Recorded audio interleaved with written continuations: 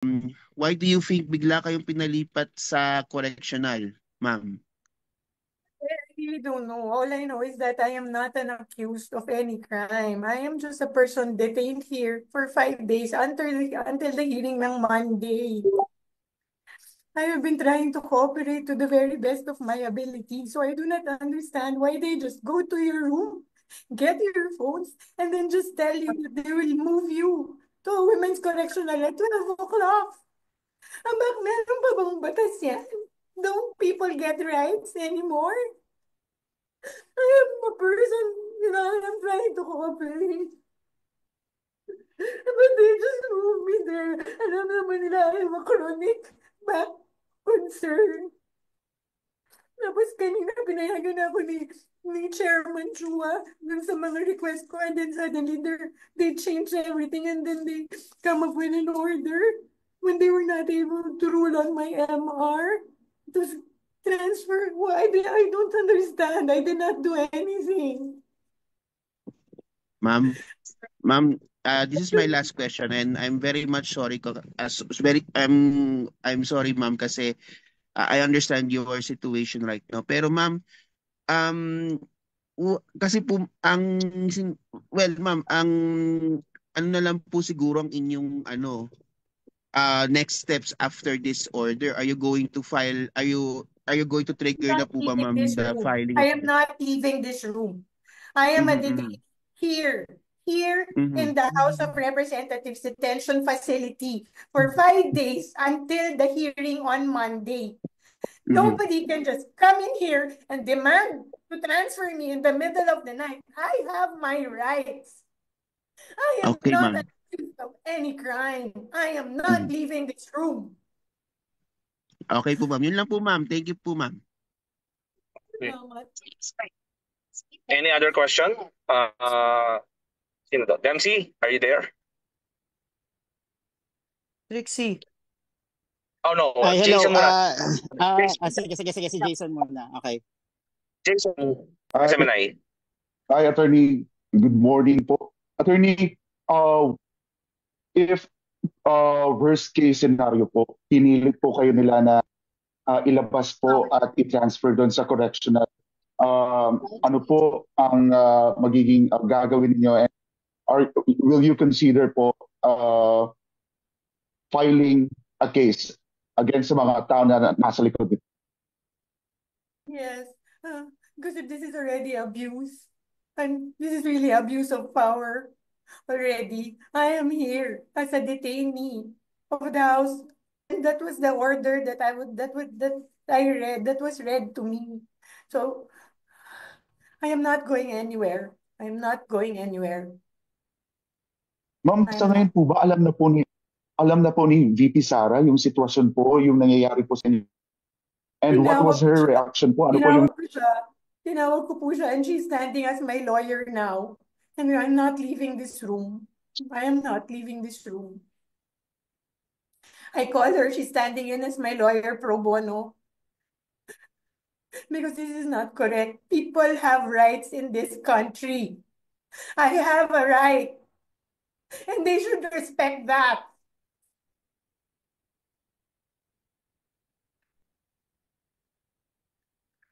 Jason, Try to cooperate. I tried my best to cooperate. But this is what they do to you. And this is not correct.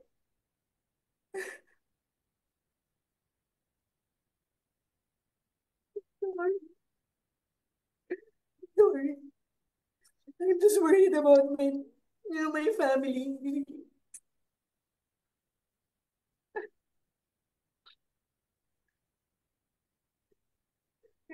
They just they just take you away in the middle of the night when the more decent thing to do was demand to like tell you like during business hours.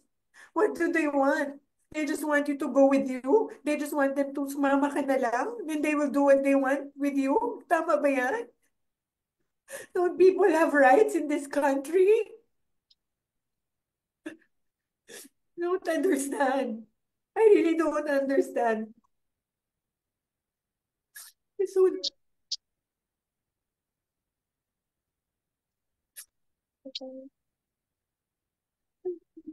Jason, do you have follow-up? Okay na ako, Sir Jace. Thank you po. Any other from the OVP? Dempsey, Inquirer, do JC, you have ma'am, good morning, I guess. Tanong ko lang, ma'am, tama ba siya, 9 na tao ang pumasok dyan sa detention cell nyo at 12 midnight? Pumasok Okay. sila. And then when Okay. they were reading, sabi ko bakit? Gabi na, oras na nang matutulog kami. And I said, they just want to read me something. And I said, no, you cannot. Kasi patulog na kami. It's already 12 o'clock in the evening and then pumasok na sila one by one. Isa may camera, isa yung parang taga-sergeant at arms, and then iba may mga police, male and female. I'm not sure if it's 9, but it's certainly more than me. I am just by myself with my companion here. And then, I don't understand. Parang ganun ba yun? Ganun ba ang nangyayari sa bansa natin? They just parang badger and go to your room and then demand you to go with them? What if I didn't know that I had to get a lawyer? So I demanded, I said, I am not leaving this room until my lawyer comes. But they were insistent. Sinabi nila sila do yung lawyer. Sumama daw kami. They can process the entire thing on the way from here to Mandaluyong. I don't trust these people because they do not respect my rights. What kind of country is this? Follow up lang, ma'am. Were you able to communicate na with Diba? Ang mga ordinaryong tao, they just treat like that. That is not correct. Okay. Follow up lang, ma'am. Were you able to, or anyone from your party were able to communicate with Congressman Joel Chua, the chairperson? I mean, siya yung signatory, I believe, doon sa order na yon. Kay Congressman Joel Chua, ma'am. Yes, apo. Were you able to communicate with them or anyone from his office? No, not yet because I got really scared. Kasi I think anytime now they will parang break this door and just take me away. Guys, let me break this lang Kakatimbre lang ng mga media friends sa labas. Lockdown ng HOR, ayaw magpapasok ng media.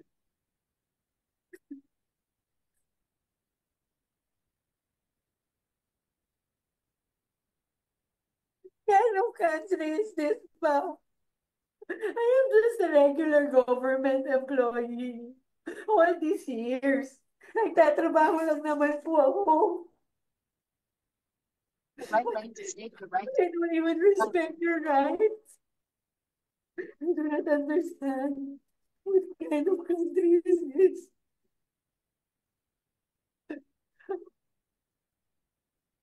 I'm so scared because I'm sure they're going to break that door anytime now. Alam nyo, ginawa ko, tilagay ko yung katre, yung double deck na bed, pinush ko sa door para hindi sila makapasok. I'm so scared.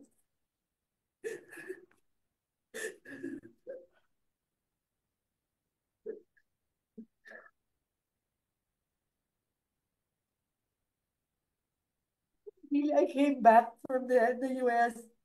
I attended the hearing in good faith. I answered all their questions. Hindi ako nanggulo. I think I was very, respectful in answering all their questions to the very best of my ability. Ang sabi nila sa akin, mag-MR lang daw ako, which I did. It's my right. Ang sinabi ko, na parang talaga naman I really answered to the best of my ability and I attended that in good faith.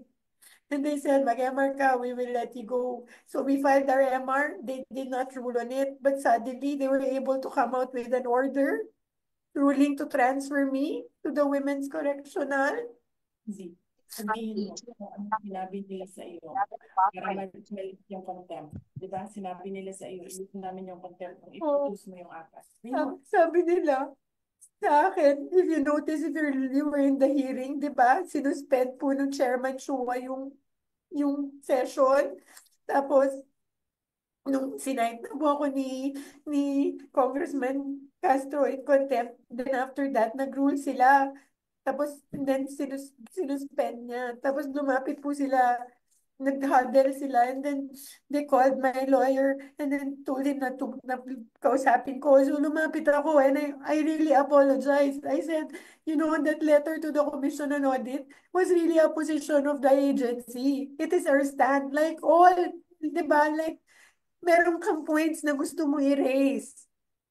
We respectfully parang raised our points to the Commission on Audit. Alam ko, hindi naman po yung mali kasi that was our right as an agency. Because there was an ongoing audit investigation. Pero hindi naman namin kinukuha yung right ng COA to decide on the matter. But even if sinabi ko, alam ko hindi po mali yun, they said na parang we were, you know, trying to undermine. So I apologized. And I also gave an apology to Congressman Castro. But they said, sabi nila sa akin, alam mo, i-produce mo na lang yung apat. I-produce mo yung apat. So I said, Congressman, hindi naman po ang pag-attend po ng hearing is a personal choice. I will only do my best. And then they said na parang, no, para ano ka pa naging chief of staff kung hindi mo naman kaya i-produce yan? I-produce mo sila. And I said, may rights din naman po yung mga tao, di ba? I can only, as chief of staff, you know, tell them, go, di ba, go. But if the ayaw po nilang sumama, hindi ko na, walang, I do not have that power over them because people have rights if they want to, you know, join a hearing or not. But that's what they said. Tapos and then, yun yung sinabi ko because I really cannot commit to make them attend because it's a personal choice. Like me, I chose to come back and attend. Diba? So, and then after that, nag-public apology na ako before the session was like, diba, suspended. Nag-public apology din ako kay Congressman Castro and I made it, parang I raised again to please lift that order because wala naman talaga intention ng Office of the Vice President, you know, to undermine either the Commission on Audit or the House of Representatives in their powers. That was not the point. But nung nilalabas na po ako, hunabol na naman nila. Hinabol nila kami. And then they said, i-produce mo yung apat. I-produce mo yung apat. But I cannot do that. People have rights. Diba? I cannot decide for other people what they want to do. Yun lang yun sa akin. You know? You know, this is what they do to you. In the middle of the night, they just move you out of nowhere.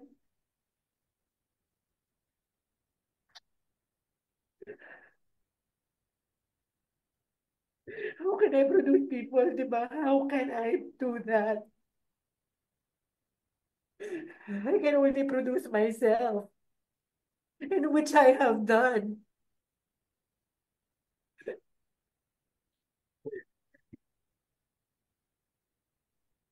Sorry.